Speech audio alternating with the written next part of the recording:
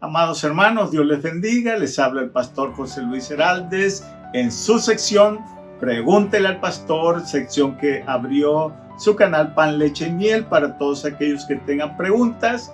Sin duda alguna todos tenemos a medida que vayamos leyendo la palabra de Dios, y estamos en una serie donde estamos contestando la pregunta que hizo la hermana Olga, una hermana de México.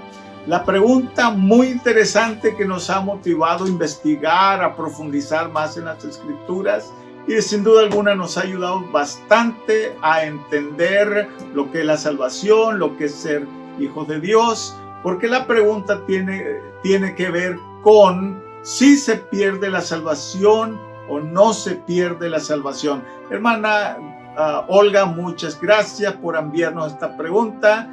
Y de esta manera, pues hoy estamos ya tratando de concluir y dándole respuesta a su pregunta. ¿Se pierde la salvación? Personalmente creo que no. Hemos dado ya algunas bases bíblicas, algunos textos, porque no es una pregunta que podemos contestar con un sí o con un no. Así que vamos a darle ya la continuación y finalizar en la parte 4 acerca si se pierde o no se pierde la salvación. Algo que me ayuda mucho a mí para tener la certeza de la salvación y para tener esa seguridad de que no se pierde la salvación son los ministerios actuales del Señor Jesucristo. Yo sé que Cristo fue a la cruz, yo sé que dio su vida, yo sé que Él pagó el precio requerido por la justicia de Dios para alcanzar el estándar de Dios, pero ahora lo que nos sostiene después que somos salvos, los que nos sostiene después de haber sido lavados, perdonados, justificados, santificados, son los ministerios que Cristo está desarrollando en este momento actualmente. Así que vamos a enfocar ahora nuestra mirada en estos ministerios. Vamos a examinar 3 ministerios de los muchos ministerios que el Señor Jesucristo tiene. Y el número 1, vamos a ver a Jesucristo como el pastor. Jesucristo, el buen pastor. Encontramos este ministerio en Juan capítulo 10, empezando en el verso 11 hasta el 16. Y Jesucristo dice: yo soy el buen pastor su vida da por las ovejas. Y él mismo dice en el verso 12: mas el asalariado y el que no es el pastor, de quien no son propias las ovejas, ve venir al lobo y deja a las ovejas y huye, y el lobo las arrebata y las dispersa.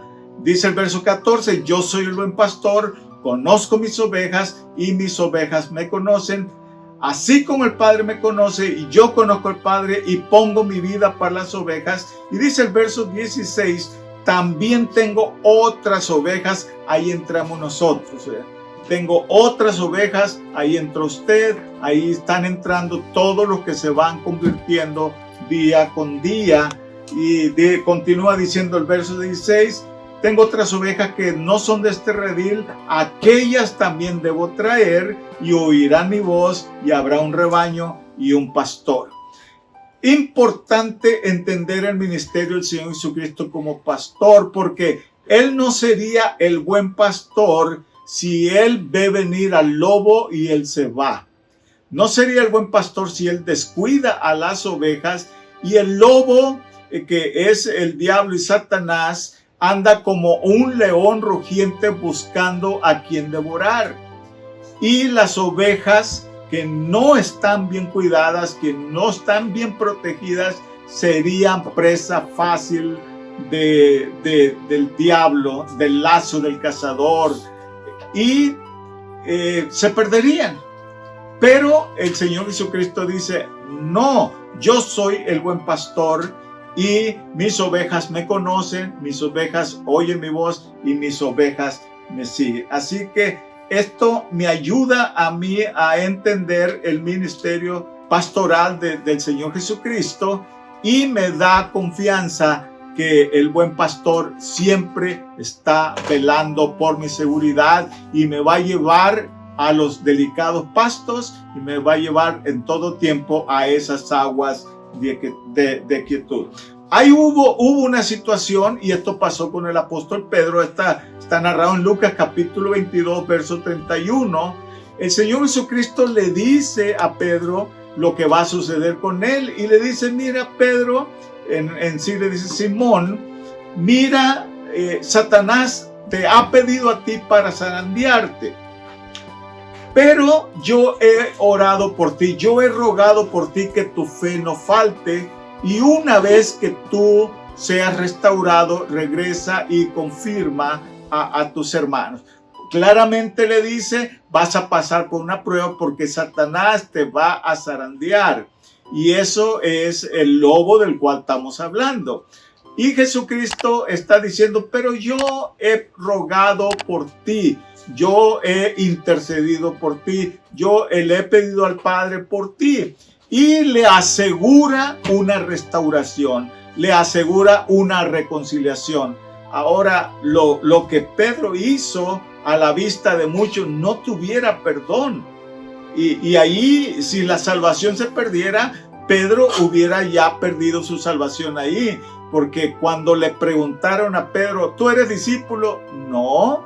Y le volvieron a preguntar: no. Y al fin empezó a jurar y a perjurar que ni siquiera conocía al Señor Jesucristo. ¿No es eso negar al Señor Jesús? ¿No es negar la gracia? ¿No es negar el amor? ¿No es negar el perdón? ¿No es negar la compañía y la protección del buen pastor?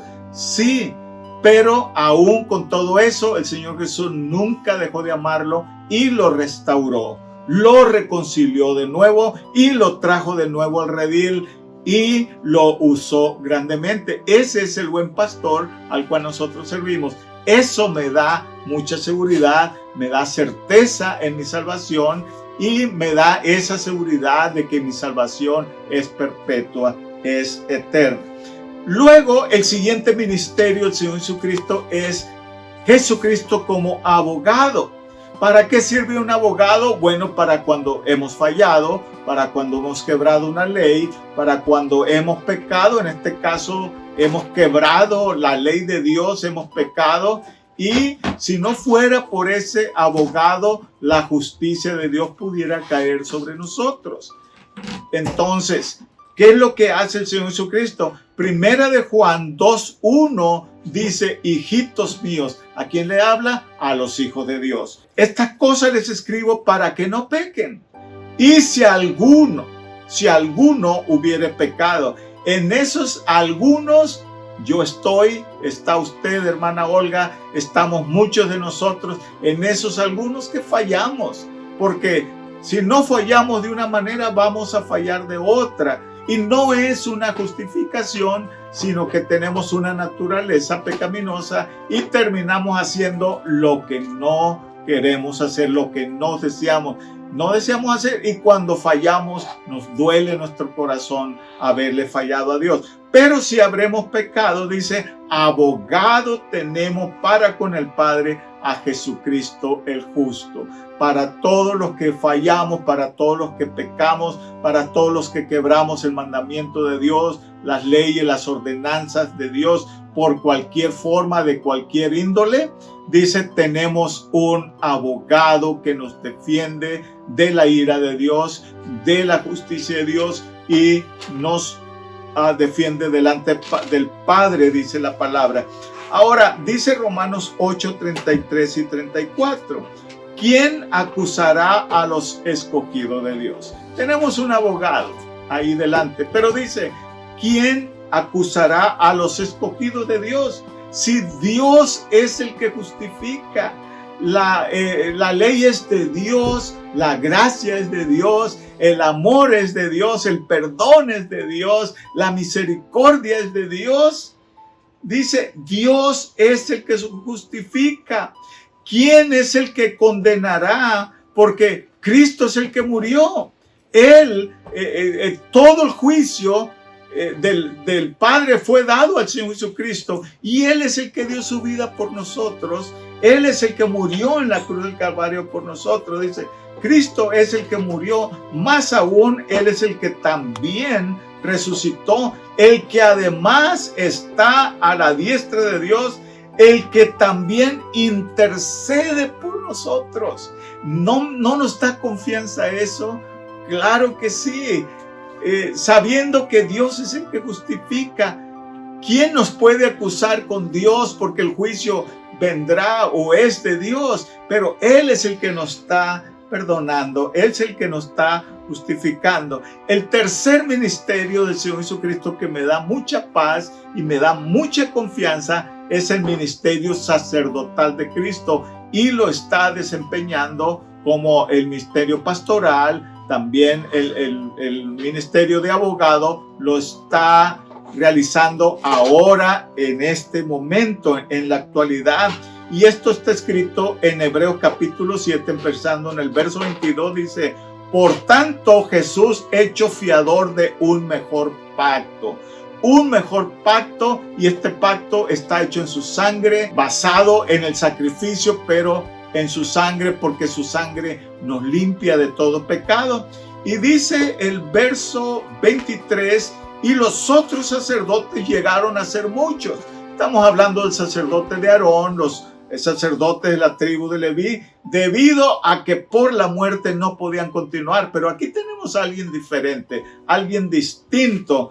Y dice el verso 24, vean qué interesante esta porción. Mas hablando de Jesús, en realidad está diciendo más Jesús, por cuanto permanece para siempre. Un ministerio sacerdotal perenne, un ministerio sacerdotal para siempre, un ministerio sacerdotal eterno. Dice que tiene un sacerdocio inmutable. Cómo me gusta esa palabra, sacerdocio inmutable, o sea que no cambia, no se modifica, no se cambia de ninguna manera. No hay nada que yo haga que pueda cambiar, ni para bien ni para mal. Es inmutable. Mis buenas acciones no lo cambian, mis malas acciones no lo cambian. Por esta razón, vea lo que dice el sacerdocio de Cristo, la intercesión, el perdón, su ministerio es inmutable, es eterno. Y dice el verso 25, es ahí donde quiero que enfoque toda su atención, hermana Olga, y todos los que me escuchan, por lo cual, por estas razones, porque su sacerdocio es mejor un mejor pacto, y porque es inmutable, por lo cual puede también salvar perpetuamente. ¿Escuchó esa palabra? Puede salvar perpetuamente. Si yo entiendo esa palabra significa eterna, de una vez y para siempre. No hay manera, no hay forma que pueda usted o yo perder la salvación, porque nos puede salvar perpetuamente, o sea, eternamente. ¿A quiénes? A todos los que a Él se acercan a Dios, se acercan a Dios a través de Él, viviendo siempre para interceder por ellos. ¿Cómo dice? Viviendo siempre. O sea, Jesucristo 24 horas al día, su ministerio sacerdotal está activo delante de la presencia del Padre en el santuario celestial, siempre intercediendo, siempre velando por la seguridad y por el bienestar espiritual y por el crecimiento espiritual, y siempre velando que la salvación sea perfecta, que la relación personal con el Padre sea perfecta. No se pierde la salvación porque Jesucristo la guarda. Y eso es lo que dice la palabra. Porque tal sumo sacerdote nos convenía, santo, inocente, sin mancha, apartado de los pecadores, hecho más sublime que los cielos. Tal es el ministerio sacerdotal del Señor Jesucristo. Ahora, ¿es posible que nosotros pequemos? Sí. ¿Es posible que fallemos? Sí. Dice 1 Corintios 6:11, en el verso 10 da una lista de pecados que nosotros habremos cometido, pero dice, ya han sido lavados, ya han sido santificados, ya han sido justificados en el nombre del Señor Jesús. ¿Por quién? Por este sacerdote eterno y por la administración del Espíritu Santo. Entonces, mi seguridad o la certeza de mi salvación está en el ministerio del pastor Jesús, en el ministerio del abogado Jesús y en el ministerio sacerdotal del abogado Jesús, hablando de Jesucristo. Me declaró santo posicionalmente, consagrado, apartado para Dios, me justificó, quiere decir, me declaró justo delante de Dios para alcanzar al estándar de Dios. Y el último texto que quiero leer para reafirmar es Hebreos 1:3. Dice, el cual siendo el resplandor de su gloria y la imagen misma de su sustancia, y quien sustenta todas las cosas con la palabra de su poder, habiendo efectuado la purificación, el lavamiento, la santificación, todo, habiendo quitado el pecado, habiendo lavado el pecado, habiendo con su sangre preciosa, porque de eso se trata, dice, habiendo efectuado la purificación de nuestros pecados, por medio de sí mismo se sentó a la diestra de la majestad en las alturas. Entendiendo estas verdades, hermana Olga, ustedes hermanos que están escuchando este devocional, creo que les da paz, les da seguridad, les da tranquilidad de que la salvación no se puede perder, porque la salvación no está en las manos de usted, la salvación está en las manos del mismo Señor Jesucristo. Como dice, nuestra vida está escondida en Cristo en los lugares celestiales. Bien, hermana, espero haber contestado la pregunta. Traté de hacerlo lo mejor posible y dando razones válidas, textos bíblicos que corroboren lo que estamos diciendo. Y si usted desea que esta pregunta pues sea ampliada un poco más, hay tantas cosas que podemos decir todavía para reafirmar aún más la seguridad de la salvación. Hermana, muchas gracias. El Señor les bendiga. Y si algunos tienen alguna otra pregunta, favor de hacerla llegar y le estaremos dando respuestas según las vayamos recibiendo. Dios les bendiga. Pasen buen tiempo, hermanos.